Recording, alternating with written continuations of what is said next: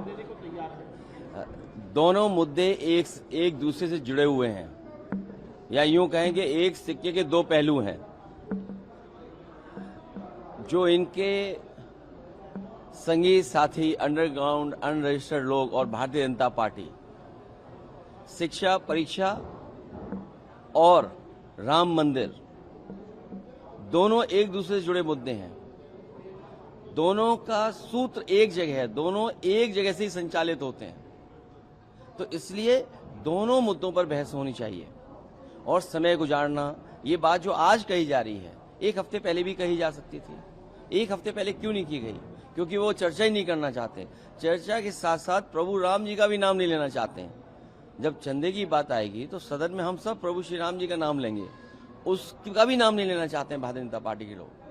और जो लोग लाठी मारे हैं छात्र नौजवानों को, याद रहे भगवान की लाठी में आवाज नहीं होती है। और फिर इनके लिए धर्म, धन ही धर्म है, सबसे बड़ी चीज है।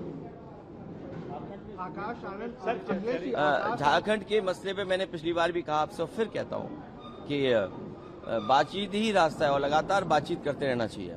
और मुख्यमंत्री जी और सरकार ने बातचीत के लिए छात्रों से बात करने का कहा भी है। सर, आपने क्लियर कर अखिलेश जी, आकाश आनंद ने आपको अंकल कहा है, बोला मैं 30 का हूँ, 50 के अंकल का है, कैसे? देखिए ऐसा है उस बहस में हम और आप न उलझे।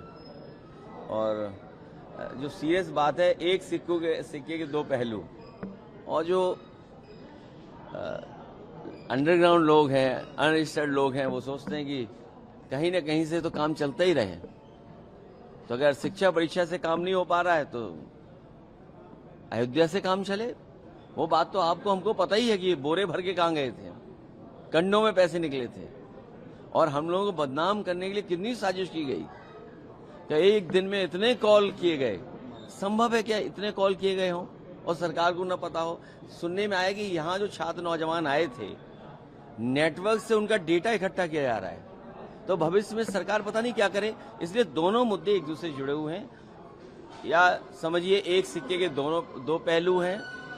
बीजेपी और उनके संगी साथी दोनों इस मुद्दे से जुड़े हुए लोग हैं। जब ये प्रभु श्री राम को आगे नहीं बैठा रहे, बताओ आप प्रभु श्री राम जी का स्थान क्या होना चाहिए? अगर मैं सामान्य और आपसे एक सवाल करूं कि प्रभु श्री राम का स्थान कौन सा होना चाहिए?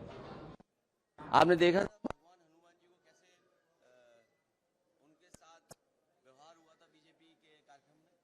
और सुनने में आया कि वो जो भुगतान होता है, सम्मान राशि है, वो भी भारतीय जनता पार्टी ने नहीं दी।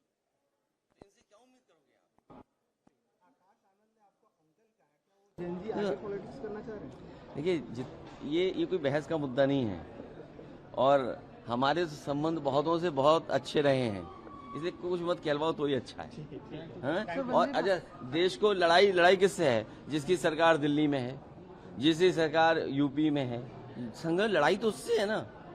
शिक्षा संस्थाएं कौन चलवा रहा है, किसके माध्यम से चल रहे हैं, आरक्षण की कितनी लूट हो रही, परीक्षाएं कितनी नहीं हो पा रही हैं। तो मुद्दे तो वो हैं आज।